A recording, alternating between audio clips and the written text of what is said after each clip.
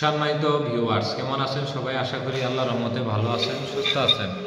আপনাদের সাথে আমি রয়েছি মোহাম্মদ রাশেদ মোশাররফ, শিক্ষক নিবন্ধনধারী, কারিগরি শিক্ষা ও ট্রেড ইনস্ট্রাক্টর, ইটনা নূরপুর ডিডি মাদ্রাসা, ইটনা কিশোরগঞ্জ। সম্মানিত ভিউয়ার্স, আপনারা দেখছেন ভকেশনাল টিভি। সম্মানিত ভিউয়ার্স, আমার নিজ জেলা জামালপুর ও নিজ উপজেলা সরিষাবাড়ি উপজেলা। সম্মানিত ভিউয়ার্স, আজকের আলোচ্য বিষয় ষষ্ঠ গণবিজ্ঞপ্তি 2025-এ কারিগরি শাখায় ট্রেড ইনস্ট্রাক্টর এবং সহকারী শিক্ষক ও প্রভাষক সহ আবেদনকারী প্রার্থীদের ভয়াবহ মরণফাঁদ জিও সম্পর্কে আলোচনা।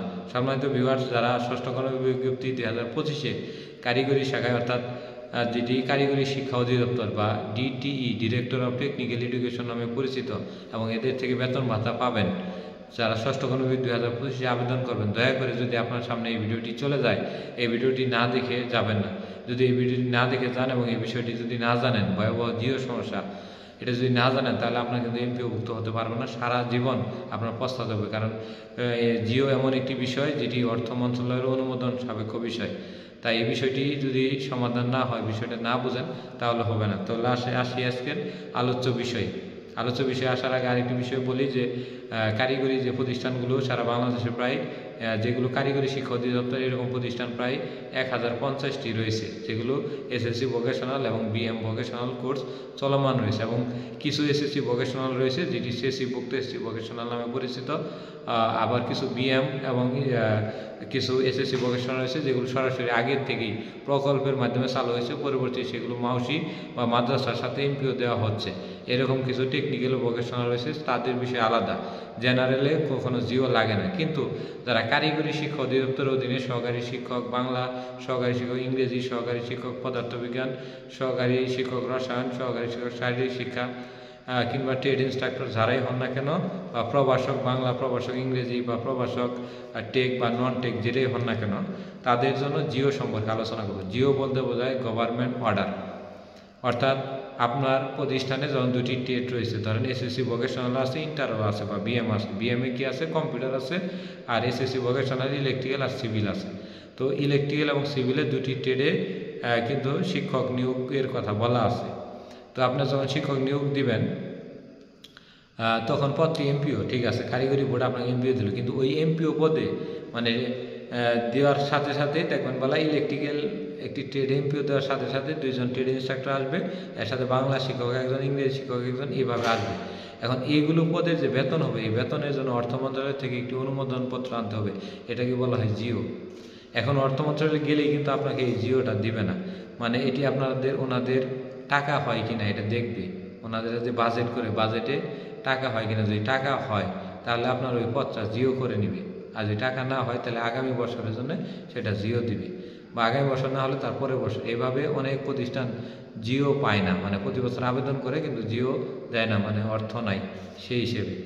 জেনারেল এবং মাদ্রাসার জন্য কিন্তু জিও লাগে না। জেনারেল মাদ্রাসা এমপিও হলে সেটা অর্থ মন্ত্রণালয় থেকে অটোমেটিক বেতন আসে। তো এই কারিগরি শাখায় এই জিও থাকার কারণে অনেক প্রতিষ্ঠানে যারা এমপিওভুক্ত হইলে বা এমপিওভুক্তের প্রতিষ্ঠানে চাকরি পেয়ে মনের আনন্দে প্রতিষ্ঠানে যখন যুক্ত হন, তখন দেখেন যে আমার আর বেতন হবে না, বা আমার 2-2.5 বছর ভরা বিনা পরিশ্রম করতে হবে, এবং এই জিওর জন্য বিভিন্নখানে ঘুষ দিতে হবে, এবং ফাইল কারিগরি শিক্ষা অধিদপ্তরে নিয়ে বারবার জুতা ক্ষয় করতে হবে। তখন আর মনে থাকে না যে আমি কিসের জন্য এখানে আবেদন করলাম, যদি আগে জানতাম। তাই সম্মানিত ভিউয়ার্স, যারা এই 1050টি এসএসসি ভোকেশনাল এবং বিএম ভোকেশনালভুক্ত বা সংযুক্ত এসএসসি ভোকেশনাল যেগুলো রয়েছে, যেগুলো কারিগরি শিক্ষা অধিদপ্তরের অধীনে, সেই সকল প্রতিষ্ঠানে প্রধানের সাথে সরাসরি যোগাযোগ করে বা দেখাশোনা করে জিও আছে কিনা সেটা একেবারে সত্য তথ্য নিয়ে তারপরে আবেদন করবেন। যদি প্রধান বলে জিও আছে তাহলে বলবে, কারণ ওখানে মিথ্যা বলবে না। জিও না থাকলে প্রতিষ্ঠান যদি পরে বলে, তাহলে তার বিরুদ্ধে আপনি ব্যবস্থা নিতে পারবেন। তো এই বিষয়টি অবশ্যই বুঝছেন যে জিও ছাড়া কারিগরি প্রতিষ্ঠানে কখনো এমপিও পাওয়া সম্ভব না। স্বয়ং কারিগরি শিক্ষা বোর্ডের চেয়ারম্যানও আপনাকে সেটা এমপিও দিতে পারবে না। তো সম্মানিত ভিউয়ার্স, ভাই ও বোনেরা, দয়া করে যারা এই ভিডিওটি দেখেছেন এবং আপনাদের যারা কারিগরি শাখায় রয়েছে, তাদেরকে দয়া করে ভিডিওটি দিয়ে দিবেন।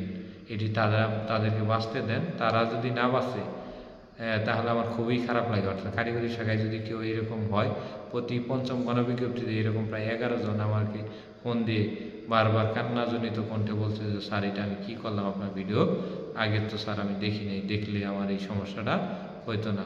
তো সম্মানিত ভিউয়ার্স, আপনি নিজের চিন্তা না করে হলেও কারিগরি শাখায় যারা দিবে তাদেরকে দয়া করে ভিডিওটি দিয়ে দেবেন। আমার পক্ষতে অনুরোধ, অন্য ভিডিও যদি শেয়ার নাও করেন এই ভিডিওটি দয়া করে শেয়ার করে দেবেন। এটি তাদেরকে বাঁচতে দিন এবং কারিগরি শিক্ষার যে একটি এই যে একটা সমস্যাগুলো এগুলো জনগণের মধ্যে তুলে ধরুন, তাহলে আস্তে আস্তে আস্তে আস্তে এই সমস্যাগুলো দূর হয়ে যাবে। তো ষষ্ঠ গণবিজ্ঞপ্তি যারা আবেদন করবেন কারিগরি শাখায় তাদের জন্য অনলাইনে এমপিও নেওয়ার একটি অ্যাপস টেমিস সফটওয়্যার চালু হয়েছে।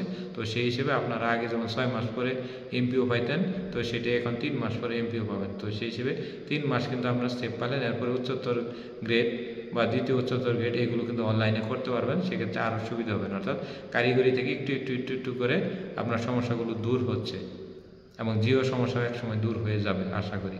তো ধন্যবাদ সবাইকে, সবাই ভালো থাকবেন। আশা করি ভিডিওটি সবার মাঝে শেয়ার করে দেবেন।